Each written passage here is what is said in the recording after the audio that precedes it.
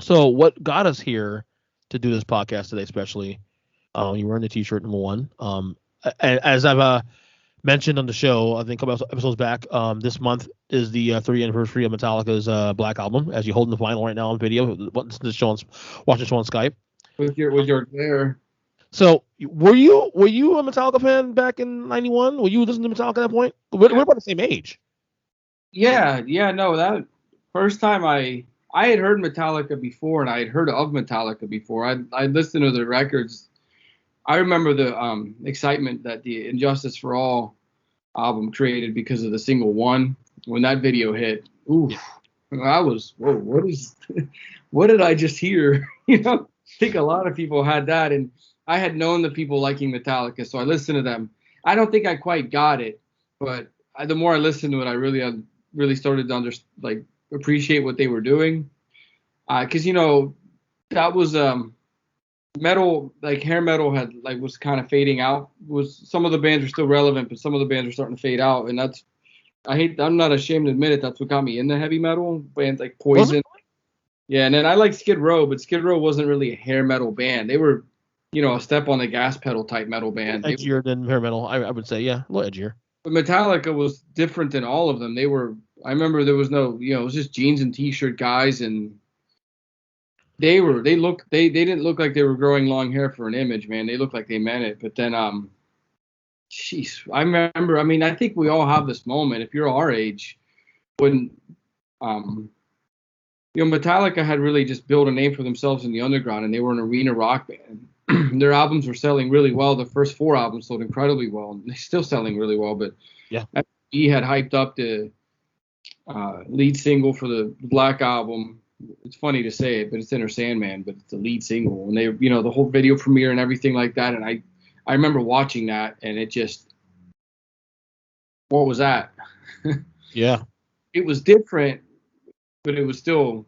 And then immediately, you heard the song for the first time, and that riff just stuck in my head. Yeah. That was so. Yeah, I was very much excited and very can recall this lucidly, like when this was, because then every kid in middle school had that. At least the kids that I was hanging out with, the cassette tapes were on the Walkmans on the school buses. Like, I want to hear it too. Let me hear it. I want to hear this. Man, that was crazy. I didn't get it for months later because I was in middle school. I didn't have a job. Me too. So you're 41 too. Are you 42 or 41? I'm 41. I'm 42. Yeah. So you're on me. So I was 11 years old when the Black Album came out. Didn't listen to metal at the time at all. I was still not into metal at the time yet. However, going to middle school, I did know who they were, and you would see kids with T-shirts on. So they had an impact. They had an impact. Just the fact I knew who they were, I thought wasn't impactful enough because they're like, again, the Metallica shirts. Yeah, I remember some of them. I'm not going to name them, but I can, they had, some of them had long hair. Some of them were like sneaking piercings, away from their parents, because we were in middle school and they were the cool. Some of them were like cool kids, or they were the burnout drug. Everyone just labeled them out. Turns out these guys were playing D&D on Friday nights, and right. They're all probably working for tech companies now, but they were. Yeah. There was something that happened to them too, because all of a sudden Metallica was their band. Like, you had bands like Metallica and Megadeth, and these were their bands, and Pantera. But then those bands just crossed over, and MTV put, Enter Sandman on was probably like every 8 minutes or something. Yeah. Yeah. I mean, that video was everywhere, because that just, those kids, the look on their face is like, that was our band, man. Now the football players are listening to them too. Like, yeah. What's funny is that for me, and I've shared a story before in the show. So I became a Metallica fan not in the Black Album era, but technically the Black Album was the last record they put out when I became a fan. I became a fan 5 years after the Black Album. Before Load, though, I became a fan before Load even was released, like 3 months before it was released. I shared a story, this year's SC 25 year anniversary of Load. So my exposure to Metallica in 1996, in February 1996, prior to Load coming out in June, was, so the last record is the Black Album. And now, granted, the Black Album wasn't the album that got me into them. The first song I got into Metallica was the Four Horsemen on Kill 'Em All. That hooked Metallica. And then my buddy Leo, who trying to get on this podcast to do this one day, because he's a diehard to this day. He actually travels to see him live, even around the world now. Yeah, he went to fucking Sweden, I think, a couple years ago, and showed me some pictures of from Sweden, Yeah, from the Hardwire tour. But you know, it was so weird because when I became a fan, in February, March of '96, Low doesn't come out for another 3 months. So I'm thinking, okay, well, this is the last album they come out with, the Black Album. So I'm thinking that we're gonna get something more similar to this sound. And then Low comes out, and Low is completely fucking different from everything I ever heard. That was wacky for me because the time when I became a fan, and how that came about, and the Black Album, that it was a weird time to become a fan of the band. Like, wait, you guys sound like this and nice like this. Like, I don't get it. You got a country song too? What? I don't get it. yeah. That's the reason why we're talking about Black Album, not Load. Well, but Load, by the way, I think it's still a really strong album, and hearing it back, it still sounds. But Eddie, here's the thing, Eddie. Though now in hindsight, Load is actually my second favorite record of theirs, behind Justice. That's gonna happen because you have a lot of time to live with it. You've had a lot of, So wait, so Black Album is not your favorite? I don't know. No. Black Album is still polarizing for fans of Metallica and for fans of metal, because some metal heads that I know, some metal fans would argue that that's not a metal album. It's a hard rock album, and this was Metallica leaving the genre. But I mean, at the same time, the album I think is a great metal album. I think it still rocks. But I mean, the only difference between that Metallica album and everything before was the production, and the songs are shorter. This is production incredible. It's incredible production, and it's a focus on the vocals, a focus on the guitar sounds, and the songs are more to the point. They weren't doing 9-minute songs anymore at this point. It's right. It was to the point, but the production is actually, I think, what's helped the album kind of endure. It's actually, I think, is what helped the album just skyrocket. Yeah. Bob Rock.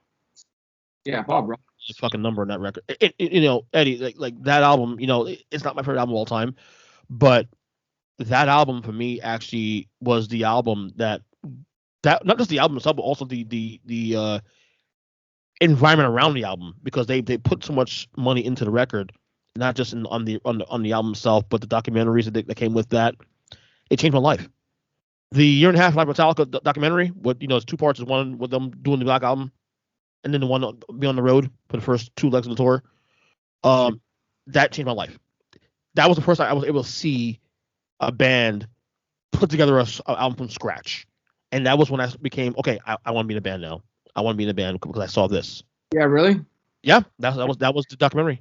I think they really did actually put together that album from scratch. I don't know much. There's a history of the Black Album I'm not familiar with, which is coming from the Injustice era, which age now. Like, how much of it did they have even started? You mean the songs? Yeah, like how much of it was already written before they. So, for what I know, and I'm the diehard here, obviously, so I know a lot about the band. A lot of those riffs, Sandman riffs that Kirk wrote, actually, he wrote the actual main hook of Sandman. A lot of just those songs were written on the road on Justice. Like, some of the riffs were written even before that, but they had started working on the album, like I think even like late '89, like working on songs and whatever it may be. And then once they asked Bob Rock to do the album, they got locked in. James Lars locked in, in LA, and just really started writing these songs together and shortening the songs too. They knew that they wanted to have something different from the Justice album. As good as Justice album was, and it's my favorite record of theirs, they couldn't do a second Justice album. They can't ever do the same album ever again. No, they can't. At this point, as long as they've been a band, there's something about the. Oh, they did record it in LA. I thought they 101 Studios. Yeah, I thought they recorded in Vancouver. No. Well, no, actually, no. They no. Parts of the album were done in Vancouver too. If you watch the documentary, they did it from this album started in August 1990 was when they got into the studio. And it ended in May of 1991. Okay, mix and mastering that was done in May 91. Now, sometime around March, April, they went to Vancouver to take a break. James flew out there with Bob Rock. You can see it on the documentary. And they did a couple of production things on the album, wrote some songs, all that kind of stuff. So Vancouver was part of it for like 2 weeks. It's Bob Rock's hometown. Yeah, they went for Vancouver 2 weeks just to kind of, change up the scenery a little bit, and they came back to LA to finish the record. So Vancouver technically was part of the journey. Yeah. And how you know that because they went to a strip club and yeah, yeah. That's yeah, man. That album's so sharp. It still sounds like everyone. I think is a lot of people have tried to emulate the way that record sounds, and you just can't. He just EQ'd the hell out of that record. Yeah, you know what got me about the record? The thing that stood out to me the most about production, the crunch on "Sad But True," for example. They put boxes around the speakers to get that like that really strong downbeat, the fucking guitar riff, the muscle. That's what when I tell you how that album changed my life. It was they did things on that record that you wouldn't see any other bands do. Like Bob Rock really put a focus on two things, really, three things, really, in my opinion. That was a focus on Lars's snare with the muscle, James's vocals with a little more focus, and the guitar sound. Yeah. And how sonic it sounded. Like I said, Sad But True. The reason it sounds so heavy, the dun, dun, dun, is because they literally put a box around the guitar amp to keep the sound enclosed, to get the muscle, to get the extra. That documentary changed my life, dude. I'm telling you that the things that Bob Rock did in that album really, like, if you're a musical connoisseur, you appreciate it. Is, also also detuned. I think it's the correct song they ever wrote in a down tuning, but it wasn't written that way. It was either the engineer or Bob Rock suggested to them that they tune that down because that riff just carried so much weight with that. Not only tune it down and slow it down. Like if you listen to the original demo, Sad But True, actually, it's a lot faster. It's a little bit faster, like a hair faster. Yeah. That's a great riff. Oh God, it's like a big orgasm. Seriously. I mean, that album had 5 singles: Enter Sandman, Sad But True, Wherever I May Roam, The Unforgiven, and Nothing Else Matters. Right. And Enter Sandman, I've heard, we've all heard 1,000 times. Actually, when I play the record now, I skip it. No diss to that song because I do all the time also. I don't ever listen to Enter Sandman. The way I love Wherever I May Roam, like a ton. Still, that's a great Metallica song. I love the way it picks up and then that chorus. As soon as it hits, it just slows down. Like there's just like this down feel that like it just attacks. I don't know. There's just the beginning of that song also is a sitar they're using. James played. By the way, that was done in Vancouver also too. They did it in Vancouver. The sitar part that was done in Vancouver. All the extra layers and stuff. Yeah. Is that your favorite song on the record? What's that? Is that your favorite song on the album? Is that your favorite song? Favorite song on the album is My Friend of Misery. Oh, it's actually, I would say, that Fade to Black, I would say are my 2 favorite Metallica songs. Wow, really? Is that high up the list, huh? I love that song. I love Fade to Black, but I love My Friend of Misery. There's something remarkable about that song's composition that I can't get enough of. You were saying that was supposed to be an instrumental at one point. Yeah, it was. That was Jason Newsted. So this is the first Metallica album that never had a contribution from Cliff Burton. He was a big part of their songwriting. Yep.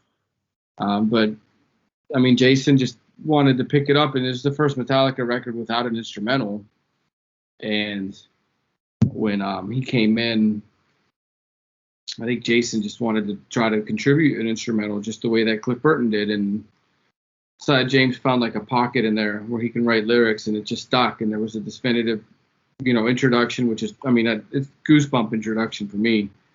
The verses, the choruses, the bridge, everything about that. That middle break part is just gorgeous. Right before the solo. It's beautiful.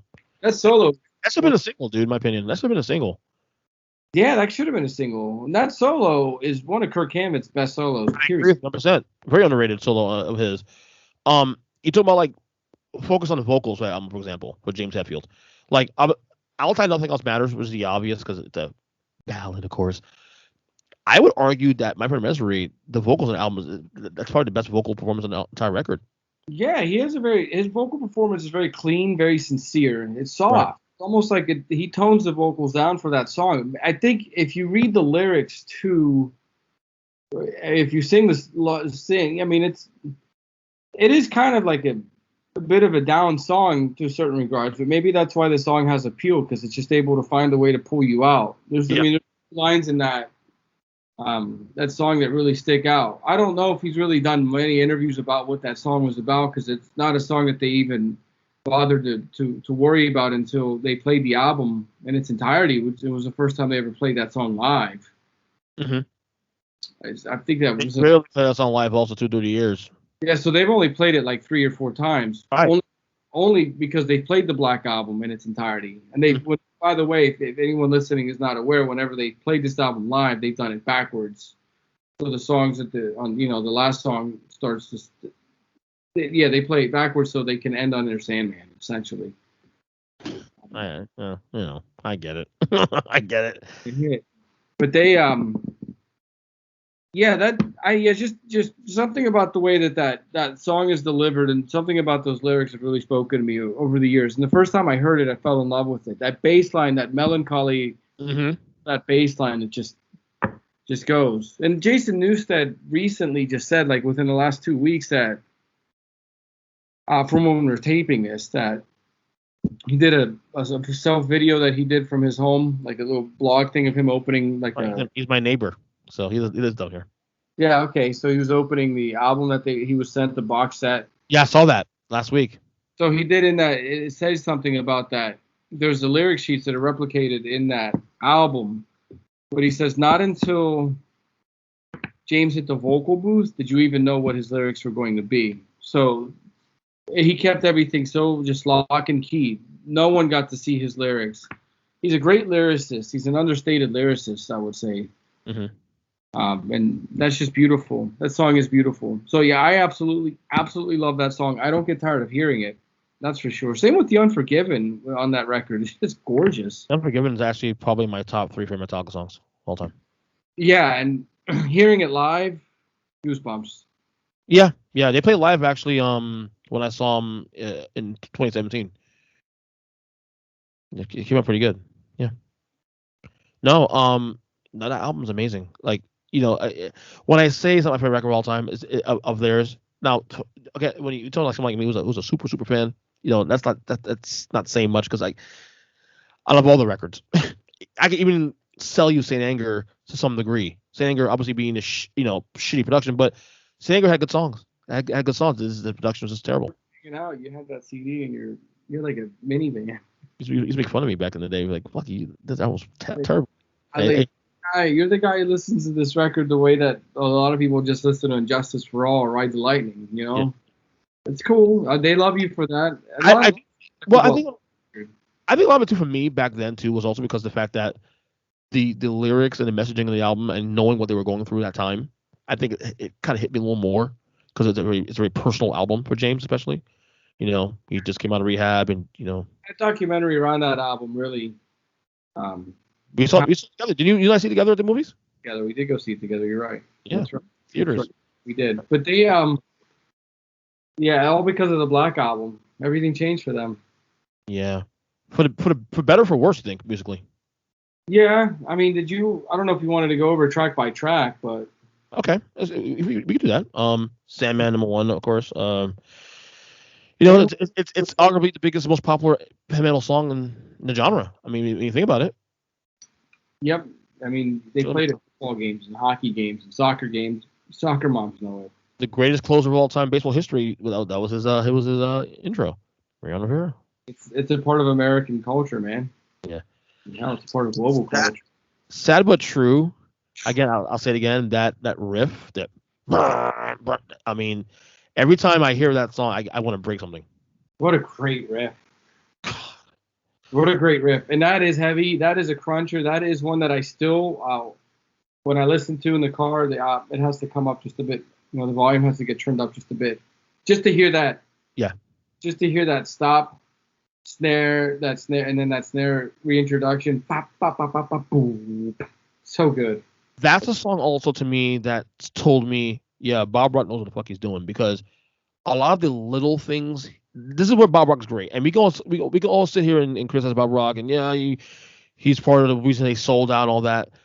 But musically speaking, though, a lot of the little things that he did on that record that made that album amazing, like the pacing of that song. Again, the original demo of that song was a little bit faster. That song is not the same. It was faster. the fact that it's slower gave that song more room to breathe.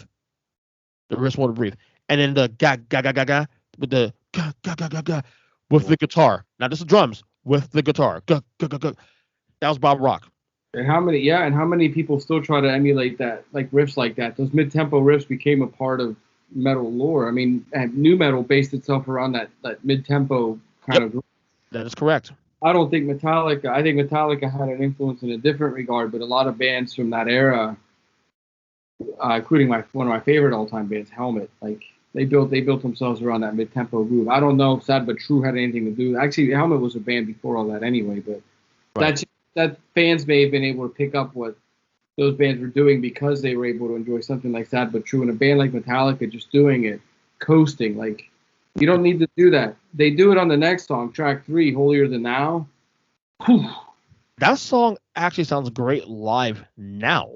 They've played that in recent concerts in the last like 8 years. There was one of my favorite clips of theirs actually was when they played that song. I think it was 2009 in either Mexico, what it was. It's on YouTube. I play it all the time, and it sounds great live. Yeah, it's not a super. If you isolate the drums, that song is just like a locked in, like 120. Like it's at a quick beat, like doom ba doom ba doom ba, and it's like a lot of people just hear this to thrash. No, the intro's pretty thrashy. They're good at that. With that, If I'm not mistaken, I think Bob Rock wanted that to be the first single. yeah. But Yeah. because that's a way of bringing people back in. It could have that would have still crushed as a single. And then there's that part in that song that I absolutely love, where it just stops, bass and drums. That's it. It kicks back into guitar. If you hear it live, actually, if you see it live in that same video I was talking about from like 12 years ago, it looks cool with the. Kid in middle school, after that album was getting spun, used to run around telling that's the only line that everyone kept getting stuck in that from that tune was, "You lied so much you believed yourself." I love those lyrics by the way in that song. His lyrics are the best. Yeah. The Unforgiven, the fourth song on the album. Like I said, Yeah, great. To me, first on the album. And I remember the first time I saw that video too. I remember the first time I heard that song. Because remember, I didn't have the album for months. So I only heard that.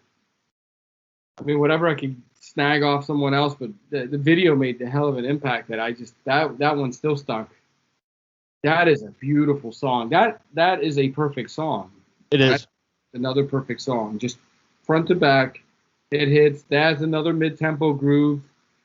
I just like, to me, the chords sound very dissonant when they're playing that, but that is great. And of course the guitar solo in that song just absolutely destroys. I think that's a James Hetfield solo too. Well, Kirk did the solo. I'm not sure James wrote it, but Kirk did. No, that's Kirk's solo. Because Kirk actually wrote it on the fly. But oh yeah, that's right. I remember hearing that, something like that. He just came in and was upset, but it's on video. Bob Rock gives him shit because he didn't practice the solo, and Bob Rock's like, well, you gotta fucking do it. He has to do the fucking solo. He has to do it. And him and Lars and like they getting into it, and like Kirk's getting pissed off, and then Kirk just fucking does a solo like after like the third take, I think it was, something like that. It's on the documentary though. It's really fascinating though. It's beautiful.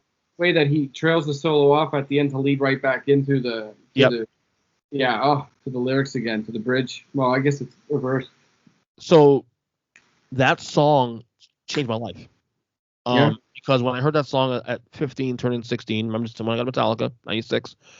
I was, obviously, and you know this too, big church goer at the time. I was still going through that phase, that awkward phase of trying to figure out who I am at that time. Being someone who's in church, but also not understanding that, I still want some freedom. And that song kind of sort of changed my life a little bit, lyrics and stuff, and just kind of giving me a little more, like, a bit of focus about where to go in life and whatnot. That song was a game changer for me, lyrically, especially. Great, it's a great song. By the way, still hold up. They still play it live a lot. It's still one of their staples. It's still a crowd favorite. Yeah. I know that we already talked about my favorite song, but it's my second favorite tune. But I think for a lot of fans, that's the song. It's definitely my first song on the album. Well, no, second first song on the album, because Through Never is my first song. Vinyl is the first song on side 2 is the vinyl. Yeah. Wherever Roll Me. I love that intro. I love that song. That's a great song. That was a song that I never got tired of hearing. And I also so before I got the Black Album, I bought the cassette single, Mm-hmm. Wherever I May Roam, and that was the first time I'd heard Injustice for All, but that was the first. So when I got Wherever I May Roam, the cassette single, the side B of that was a live version of Fade to Black. Yep. And that was the very first time I ever heard Fade to Black, and I was stuck on that song more than I was on Wherever I May Roam. I could turn on MTV and see Wherever I May Roam, but hearing Fade to Black was live in Minnesota. Woo! So kids, by the way, listen to the podcast. Singles were a thing. I mean, you should buy singles too. Metallica singles are cool to buy though because they always attach cool shit to them. They're cool. They have the song, but they don't have like live versions of the song on whatever tour. Yeah, B-sides were usually live cuts. They always recorded a lot of their live shows, and they still give live shows. Like you still get live shows everywhere with them. You know, they're still very much a part of what they do. They give live shows away for free now. I mean, it's great. One of my favorite singles of all time. It's hard to find. Is the one single that came out, I think, in the early 90s from Japan. And there's a version of Sanitarium on there that I love. But you can't, it's not easy to find. You have to, it's a Japan single one, though, not American. So it's hard to find. I had it years ago and I lost it. So good. It's so good. That's probably why Wherever I May Roam has a little sentiment to me because of that. I hear Fade to Black on that. I wish I had that cassette single again because I would love to just put that one in. I actually have a cassette player now, so I would. That's awesome. Yeah, I'd love to hear that again. And then he's Don't Tread on Me. Don't Tread on Me. MAGA. Metallica's MAGA. I'm joking. It's a cool tune. It's better than the MAGA. I know.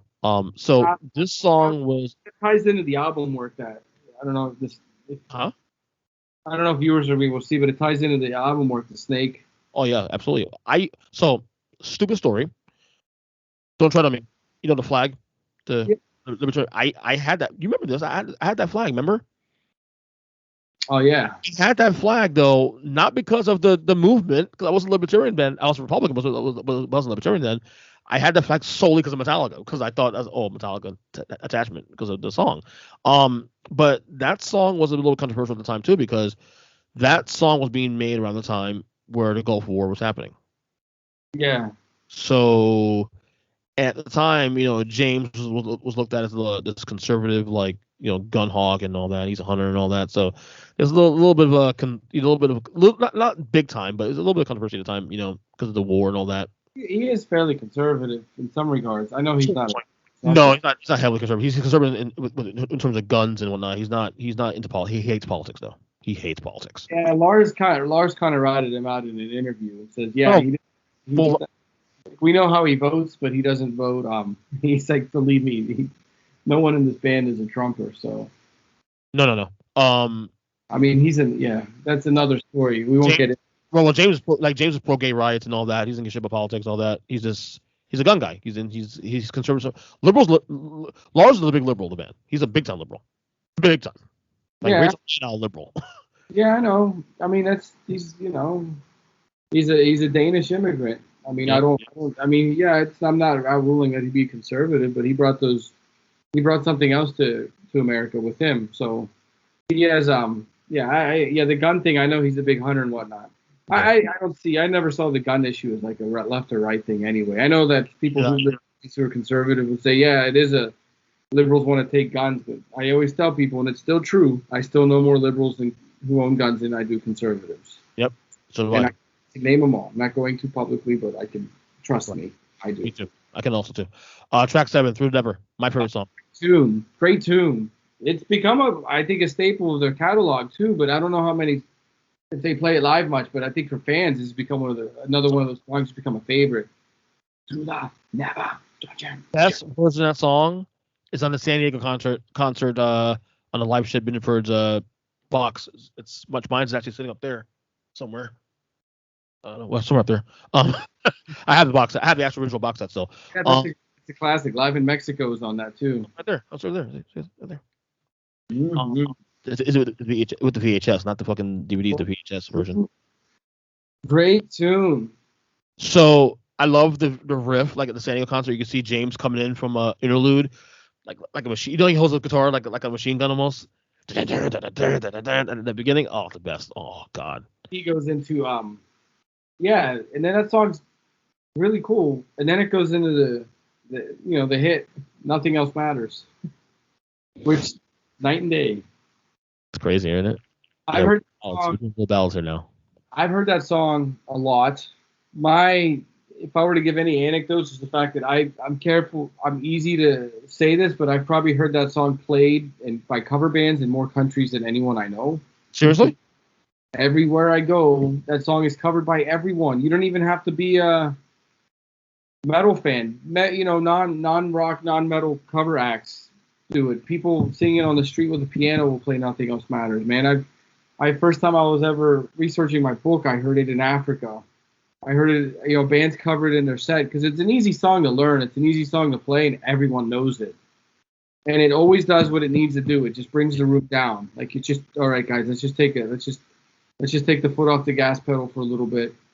And it holds so much sentimental weight and everything. It's a great tune. That solo is beautiful. That's all James, by the way. That is James solo. Yes. Not play guitar on that song. That is James. That's all James. Yeah, that's correct. That's all James. That's all James. I love the song. Obviously. Wow, James can sing. Oh, Drums huge on that too. Probably because everything is brought back up front, but the drums get pushed up. I think on that, and I love it. Right. Room to breathe, like I said.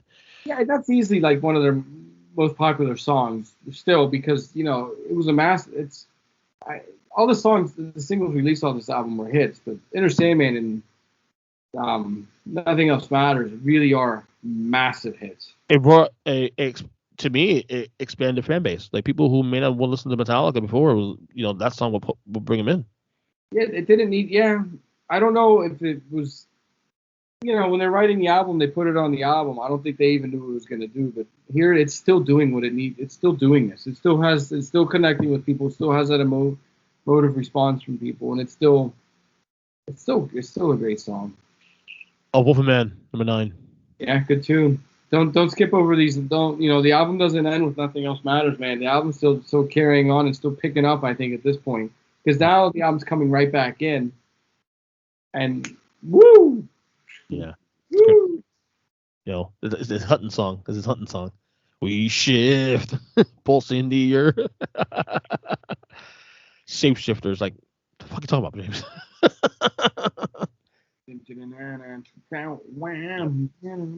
Yep. Track 10 for me was controversial for myself. Going again in that time, God That Failed.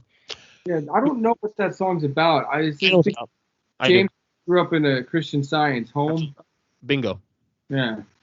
That's what it's about. This is why you connected with this song? No. Well, that song for me was a bit of like, again, in that time, being involved in church and hearing that song and understanding what the song meant. But my mom at the time she's not the same way anymore. Years ago she was like this hardcore Christian. She's not that way anymore. But at the time she sees the title, this as without context, well, it's just satanic. You know what I'm saying? I had a mother like that too. Art was always with context. You can't show a clip of a movie and have everyone just, all right, that's what the movie's about. You have to see the whole thing. And with this, you have to. I don't know if many people knew James's background. No.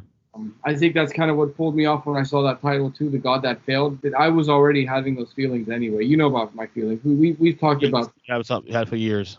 But it's I didn't know that about him, and I could see why someone who grows up with that sort of preferred.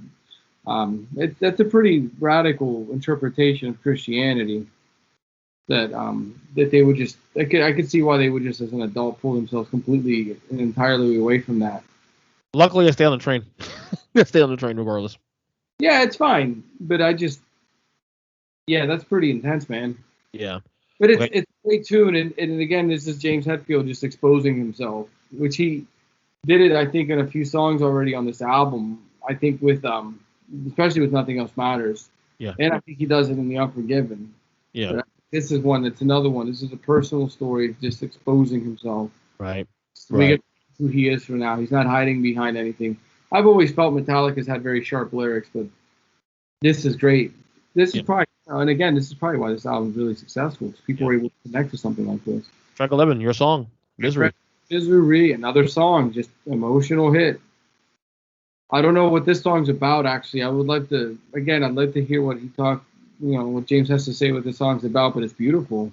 Mm-hmm. We already talked about this song. It is beautiful, though. And if you are listening to this and you want to hear, I mean, don't be ashamed to start this album with that song. Just go for it. Of course not. Just go.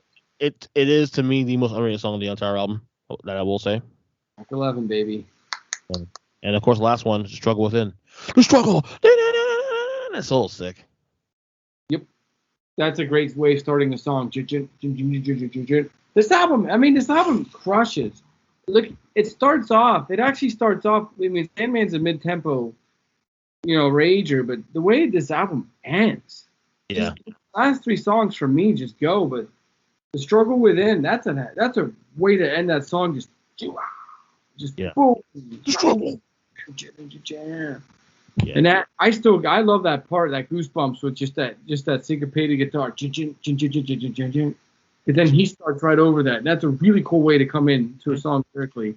Wow, just go. Typical riffage. Yeah, I don't know what the runtime is on this CD, but if you have this on CD, to something. I like the record. Just let it replay. When I finally got this album on cassette, I think Through the Never was the first song on the second side. So I think that's you could buy it on cassette. I mean, this album still sells like a bazillion copies. Who knows? I was right. 63 minutes. Yeah. This is the best-selling album in SoundScan history. 63 minutes. Yeah. Yeah, it still is. It's still the best-selling album of all time per SoundScan. So since 1991, you can't even touch these numbers. All these great, big, massive albums that have come out, including Pink Floyd's The Wall or Dark Side of the Moon, that still sells a boatload of copies. Shania Twain, Hootie and the Blowfish, Alaina Morissette, Celine Dion. They can't touch what the Black Album's doing. It's just up. Something still sells a few thousand copies a month. The only album I think it's sold that much in the last 3 years is Thriller. That's it. You think? Thriller's still selling 1 million a year. Yeah. I mean, that's just up there. Thriller came out at like what 82. Yeah. I mean, the SoundScan thing is different, but yeah, but basically talking about my two favorite artists of all time, Michael and Metallica. What does this one have? Like 55 million sold or something? 35 million? Thriller? No, Black Album. Black Album is at 30 million plus. Still, and there's still people discovering this record for the first time, which is why it's still selling. I remember in '96, 5 years after the album came out, it was still in the top 100 Billboard charts. Yeah, it took a while to get off, then it came back on. Yeah. It's still so sick. No matter where I go, like I said, like where all the places I've been to around the world, if I walk in a record store and they had one rock album, that's the album they have. It's Black Album. It's just there. It did it. It's the best sounding album I've ever heard. Mm-hmm. Mine too. It's certainly rock album I've ever heard. Yeah, and if you know me, you know how many CDs and albums that I have and how many I still buy a year, and it's still the best sounding album ever. Yeah. Like, a lot of musicians will say that. A lot of fans will say that. Probably has a lot to do with why this record has the wheels that it still has. Yep. I still enjoy it. Talk to you about this record, man. This brings back a lot of memories. Oh,